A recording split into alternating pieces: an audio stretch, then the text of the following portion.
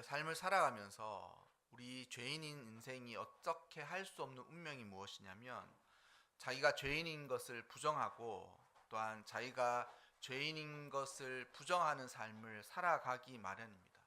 그래서 자신이 죄인인 것을 부정하는 사람들의 모든 삶이 마치 발버둥과도 같은 것이죠. 자기가 삶의 방향과 목적을 완전히 잃어버리고 표류하는 배와도 같은 삶을 살아갑니다. 그래서 표류하는 배와도 같은 삶을 살아가니까 그때때로 그 당시에는 자기가 보기에 좋은 대로 자기가 하고 싶은 대로 자기가 원하는 삶을 이렇게 살아가는 것 하지만 결국 그 인생을 거대한 시각으로 넓혀서 보면 자기가 원하는 인생을 자기 마음대로 살아가는데 두려움과 불안만 가득한 인생을 살아가는 게 이 죄인의 인생의 이 모습이에요. 그러니 세상에 참 평화가 없을 뿐만 아니라 죄인의 인생이 살아가면서 끊임없이 느끼는 불안감들, 초조함들, 답답함들, 그리고 자신의 삶을 스스로 구원할 수 없는 이 모든 일들이 스스로 자신이 죄인인 것을 반증해 준다는 거예요. 죄 아래 빠져서 살아가고 또한 나 역시 그 죄 아래 빠져서 죄인의 모습으로 살아간다는 것이죠. 이기적이고 다른 사람을 나 자신만을 챙기고 이타적이지 않을 뿐만 아니라 이기적인 인생을 살아갈 뿐만 아니라 마치 동물의 세계도 제가 지난주 그랬잖아요. 동물의 세계도 잘 보면 동물의 세계도 사자도 배고픈 것 이상으로 사냥하지 않습니다. 사자가 모든 짐승들을 다 잡아먹을 것 같지만 절대 그렇지 않아요. 배고픈 것 이상으로 사자도 동물의 세계도 사냥하지 않습니다. 그리고 동물의 세계도 보면 물고기도 자기의 알들을 품고 결국 예전에 제가 봤던 다큐에서 이제 물고기마다 다른데 물고기가 이제 알을 부화하지 않습니까? 그러면 암컷이 알을 낳고 가버리는 거예요. 근데 그 알이 부화되기까지는 꽤나 많은 정성들이 필요한 거예요. 그러니까 이제 물 아래 모래 웅덩이나 아니면 그 돌 밑에다가 알을 싹 이렇게 부화하고는 암컷이 쑥 가버리는 거예요. 그럼 어떡하냐면 수컷이 와가지고 자기가 목숨이 다하는 그 순간까지 거기서 헤엄을 치는 거예요. 근데 장장 한 달 정도를 헤엄을 치는 거예요. 그래서 암컷이 낳고 가버린 그 새끼들을 수컷이 죽을 때까지 자신의 지느러미로 산소를 공급하고 이런 다른 물고기들에게서 그 알들을 보호하고 알들이 부화할 때쯤 이제 그 수컷 물고기가 죽어버리는 거예요. 수컷 물고기가 죽어버리고 그 부화한 새끼들이 무엇을 제일 먼저 먹냐면 죽어버린 자신의 아버지의 살점들을 먹고 그 물고기들이 힘을 얻는 거예요. 제가 또 보고 숭고하다 이런 생각이 드는 거예요. 세상에 지가 낳은 자식도 제대로 건사하지 못하는 인간들이 얼마나 많고 그런 부모들이 얼마나 많은데 저 물고기가 하는 것 보라고. 저 물고기가 모든 아버지들이 그러하지 않음에도 불구하고 그 물고기의 종류는 그렇게 부활을 시키는 거예요.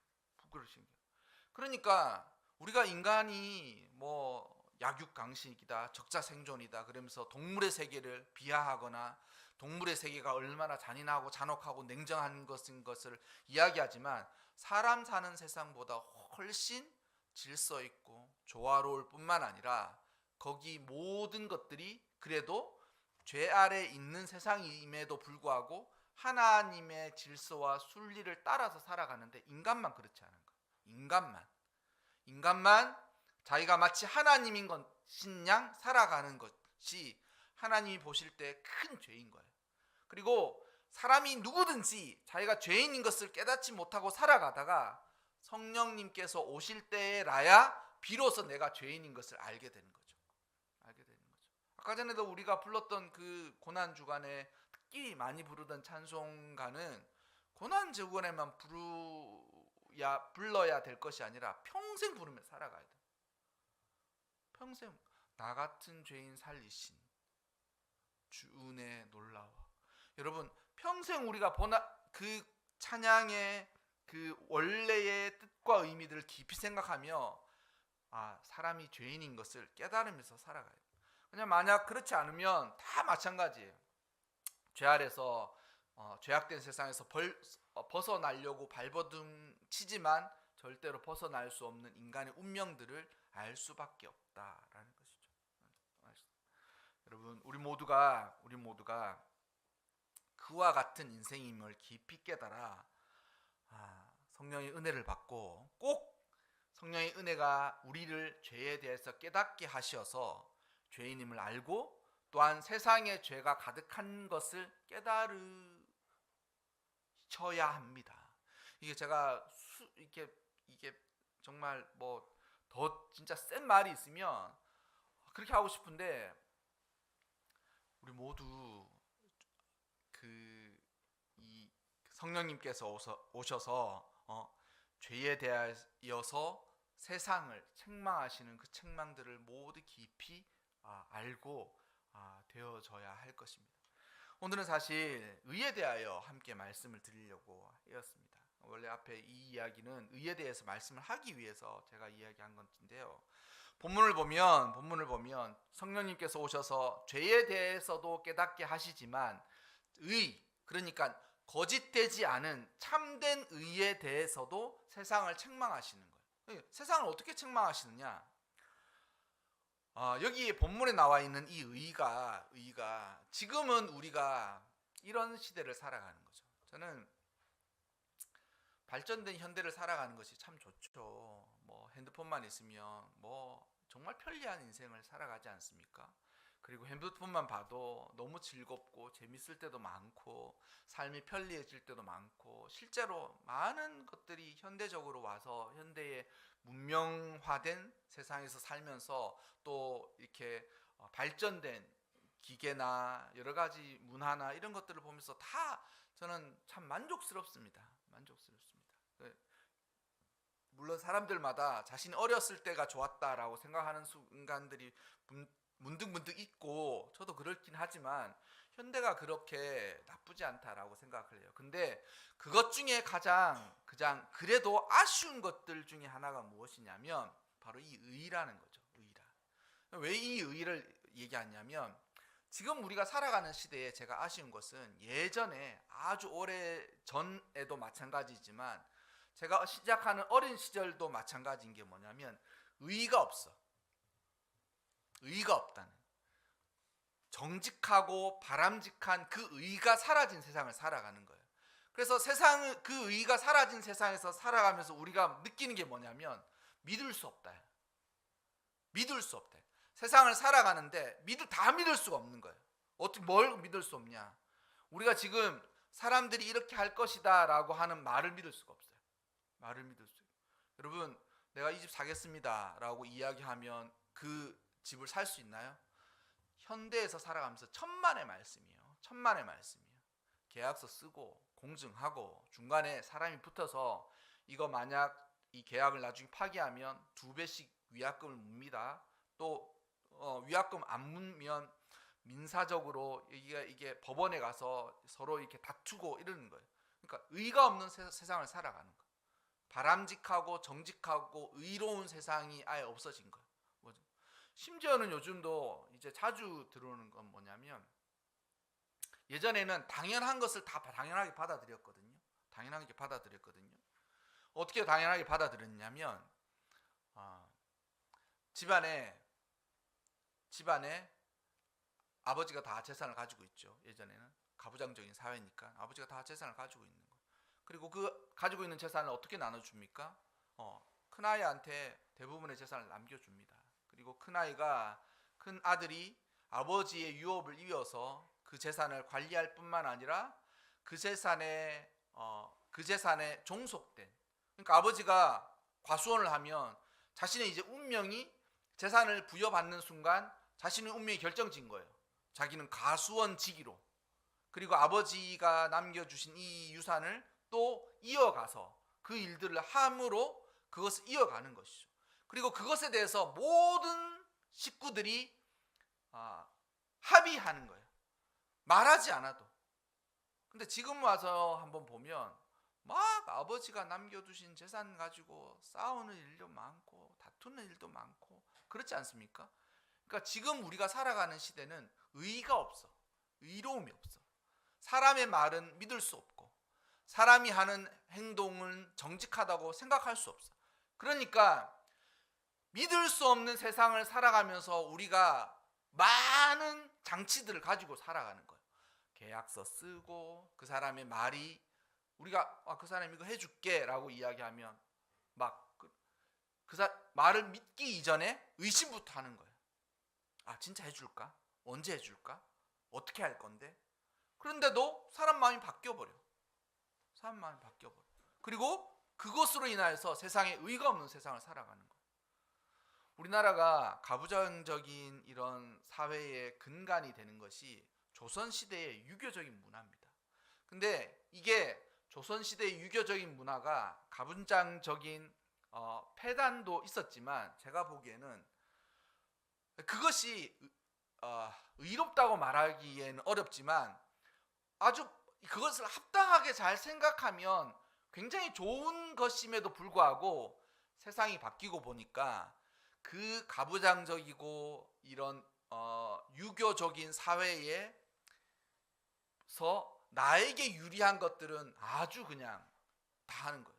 그러니까 아버지가 막 집안의 주인처럼 마음대로 하고 막 그러고 그러는 거예요.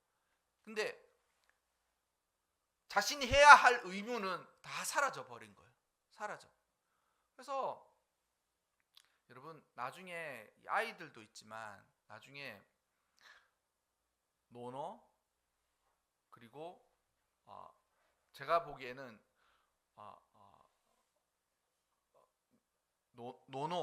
노노나 아니면 우리가 흔히 사서삼경이라고 이야기하는 책들은 꼭 한번 읽어봤으면 좋겠습니다. 한 번 정도는 꼭 읽어봤으면 좋겠어요. 그 이제 사서삼경이 유교적인 문화에 해야 할 것과 하지 말아야 될 덕에 대해서 가르쳐 주잖아요. 근데 요즘 우리가 살아가는 세대는 그게 없어. 그게 없어. 다 말을 못 믿는 거예요. 다 말을 못 믿는 거예요. 한 목사님이 그러시더라고요. 설교 중에 요즘은 목사님이 어떤 예화를 이야기하면 그 젊은 사람들이 그 예화를 그 자리에서 찾아본다는 거예요. 그래서 아인슈타인이 이런 이야기를 했습니다 라고 하면 그 네이버랑 구글 갖고 막 쳐보는 거예요. 쳐보는데 근데 이제 목사님이 설교를 잘 준비해서 이야기하시면 상관이 없겠지만 저 하다가 갑자기 생각나는 게 있거든요. 근데 이제 말을 잘못할 때가 있는 거예요. 아인슈타인이 이야기했는데 잘못해서 슈바이처가 이야기한 거를 착각한다든지 사람 이름을 착각한다든지 막 그러는 거. 그래서 그거를 보면서 예전에는 목사님이 하는 말이라고 하면 모두가 모두가 팥으로 매주를 쓴다 그래도 맞나 보다 그렇게 이야기했는데 요즘은 콩으로 매주를 씁니다라고 이야기해도 목사님의 말이 이게 사실로 안 들린다는 거. 사실로 안 들려. 우리가 이런 시대를 살아가는 거. 그러니까 이런 시대를 살아가는데 우리가 어떻게 했습니까? 부부간에 신의가 없어. 부부간에 신의가 없으니까 어떻게 어떤 일들이 막 일어나요? 바람을 피우거나 외도를 하거나 서로에 대해서 신실함이 없지. 신실함이 없지. 그래서 부부도 서로 끊임없이 이렇게 저기 하죠. 의심하죠. 대표적인 게 뭐냐면 그런 거예요.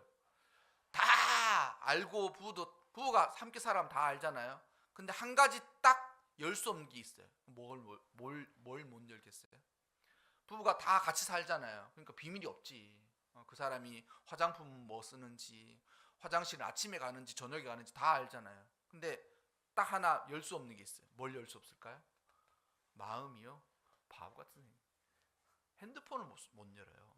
핸드폰을 못 열어. 다 잠금 장치가 돼 있어가지고 부부도 핸드폰을 못 연다는 거예요. 못 연다는 거예요. 여러분 얼마나 우리가 살아가는 시대가 이렇게 의롭지 못한 시대를 살아갑니까? 근데 제가 그런 면에서 예전에 우리가 예전에 살았던 삶을 보면 그래도 의로운 삶을 살아가려고 사람들이 그렇게 발버둥을 쳤던 것 같아요. 근데 예수님이 살아가셨던 그 시대 역시 이런 의로움에 대해서는 지금보다도 훨씬 나은 시대였다라는 거예요. 내가 이거 해줄게. 그러면 자신에게 손해가 있어도 반드시 지켰어요. 그리고 내가 이것을 이렇게 하마라고 이야기하면 그 모든 일에 대해서 그것을 지키지 않는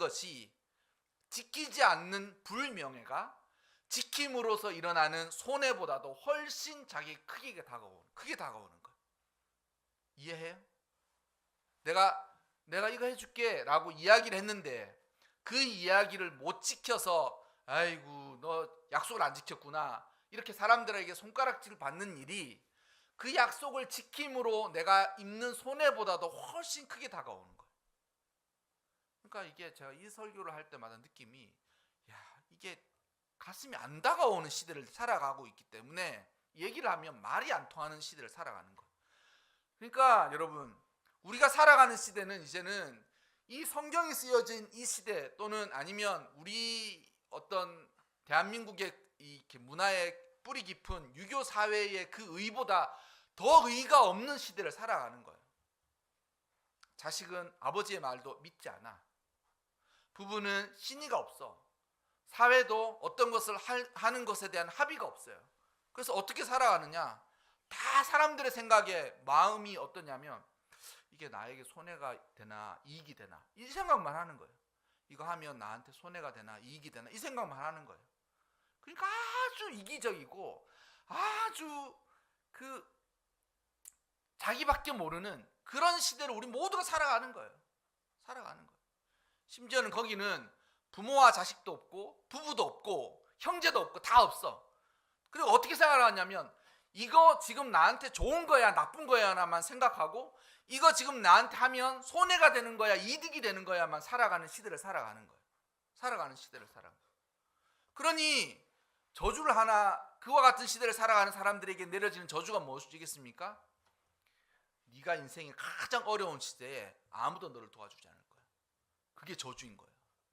네가 지옥 끝까지 가 있는데 너 결국 느끼는 마음이 인생이 이렇게 혼자서 벗어날 수 없는 이 어려움과 이 두려움과 그리고 자신만이 아는 이 고통에서 나는 혼자구나라고 생각하게 될 거야 라는 것이 이게 그런 시대를 살아가는 사람들에게 내려지는 저주예요.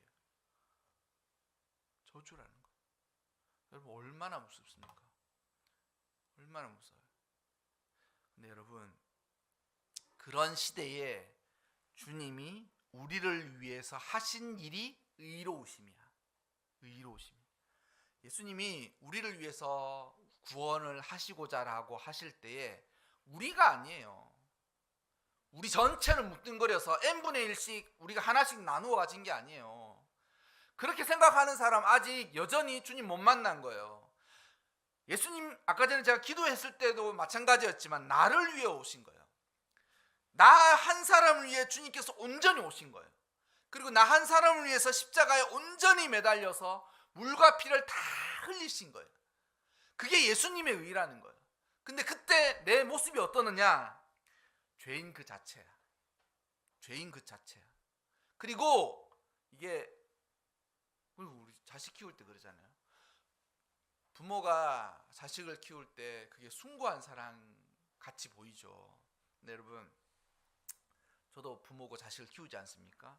근데 그런 생각을 벗어날 수가 없어요. 어떤 생각이냐면 얘를 이렇게 잘 키워서 자기가 가진 어떤 그런 기질, 특성, 그 아이의 가능성 이런 것들을 내가 해줄 수 있는 최선을 위해서 잘 키워서 그리고 그것으로 인하여서 이 아이가 한 사람으로서 또한 하나님의 영혼으로서 너무 자유롭게 또한 자유로울 뿐만 아니라 자신감 넘치고 세상 가운데서도 이롭게 하고 이와 같은 세상을 살도록 내가 헌신을 다 해야지. 그 물고기처럼 그 아빠 물고기처럼 다 해야지. 그리고 나는 아무것도 바라는 게 없어 라고 하는 부모가 있을까요 없을까요? 없어요. 자식 왜 잘 되기를 부모가 그렇게 하겠어요? 나중에 덕 보려고 그러는 거예요. 자식이 잘 되는 것으로 덕 보고 싶은 마음을 뺄 수가 없어. 물론 지금은 연금도 있고 연금도 묻고 뭐 여러 가지 있다마는 키우는 동안 왜 그렇게 하겠습니까? 부모의 기대에 응답하기를 원하는 마음을 가지고 자식을 키우는 거예요. 그래서 왜 공부하라 그랬겠어요? 공부 안 하면 지 인생을 지가 망치는데 지가 공부 안 하고 싶다는데 어떻게 하겠습니까? 근데 부모가 왜 공부하라 그러겠어요? 공부 안 하고 이렇게 우리가 기대를 저버리는 자식을 두는 것이 부모에게는 고통이라는 거예요. 그게 이해가 돼요, 여러분? 자식 여러분, 예? 자식이 내 뜻대로 안 되는 게 그게 고통스러운 거야, 죄인인 모습에. 그래서 공부하라는 거예요, 자꾸. 그러니까 순고하지 않아요. 다 부모의 욕심이 거기에 투영된 겁니다. 그게 맞아요. 어떡할 수가 없어요. 근데 여러분, 부모가 자식을 키우는데도 거기에 온전한 의로움은 없어. 온전한 의로움 없어.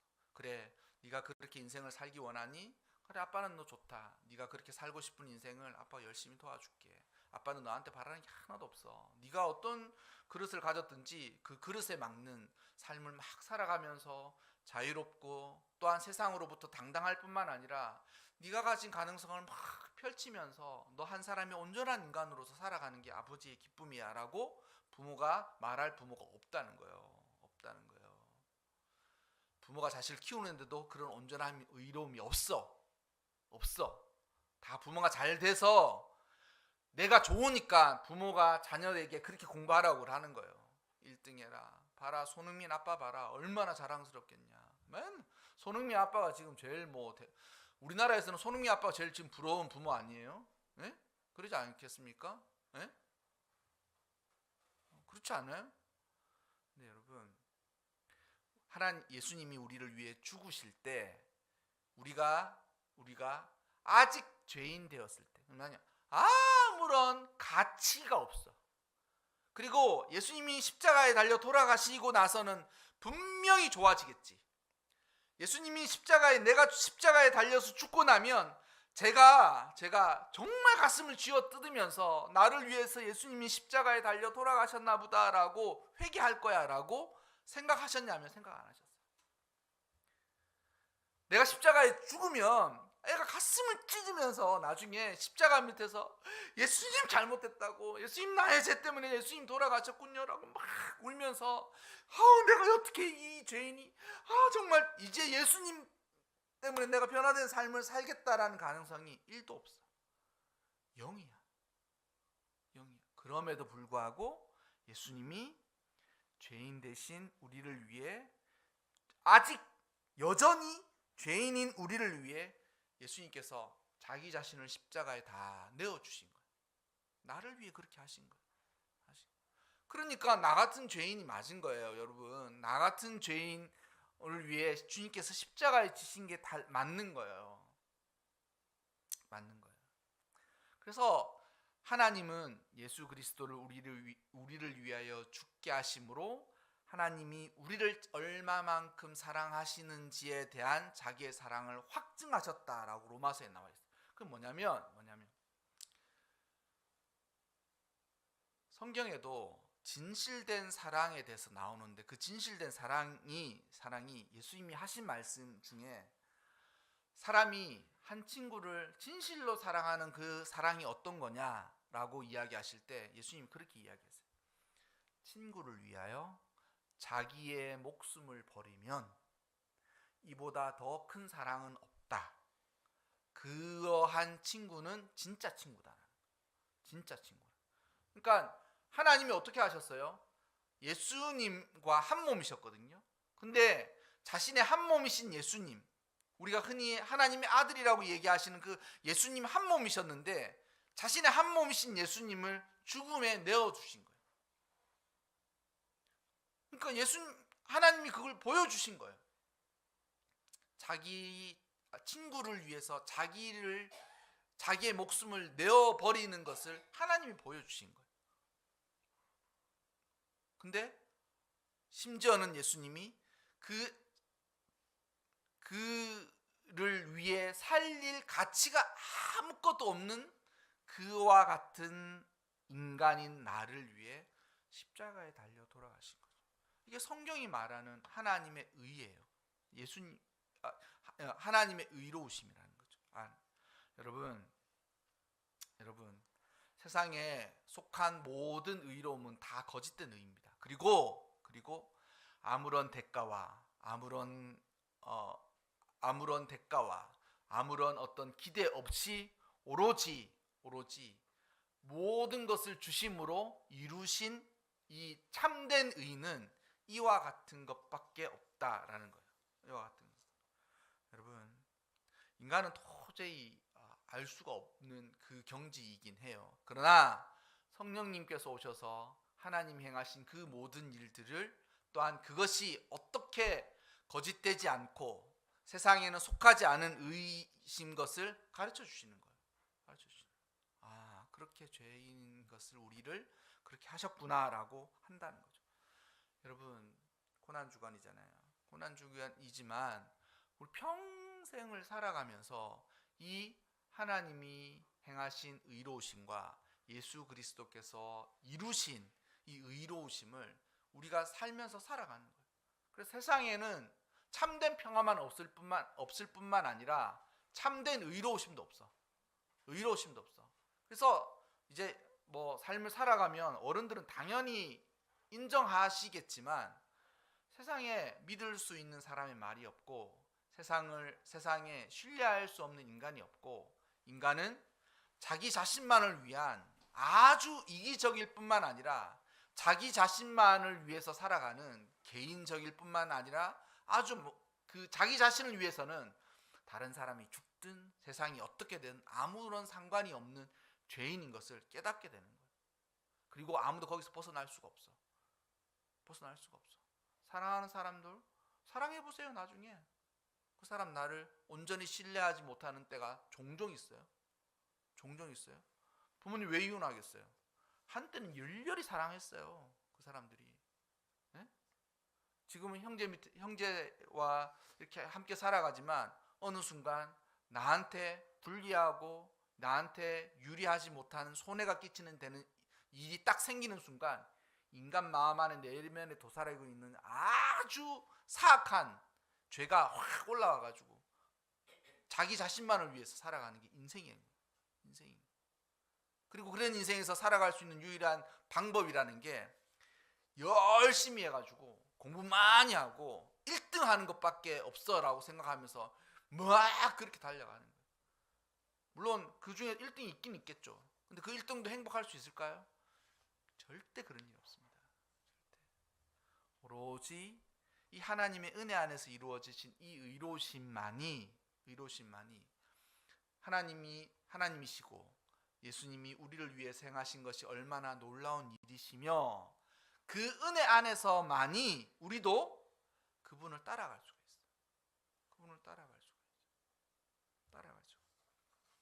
여러분, 성령님께서 오셔서 우리를 진리 가운데로 인도하셔서 그리고 죄에 대해서 책망하실 뿐만 아니라 의가 없는 세상에 대해서 책망하시는 것을 듣고 주의 의로우심을 다시금 생각하고 그 의로우심에 돌아오시기를 바랍니다. 그래서 우리 모두가 고난주간에 특별히 이런 말씀들을 상고하지만 우리 세상과 살아가는 우리의 마음 안에도 의의가 없음을, 또한 죄가 가득함을 기억하고 그럼 다시 새기는 여러분들과 저와 여러분들 우리 모두가 되기를 주님의 이름으로 축원합니다.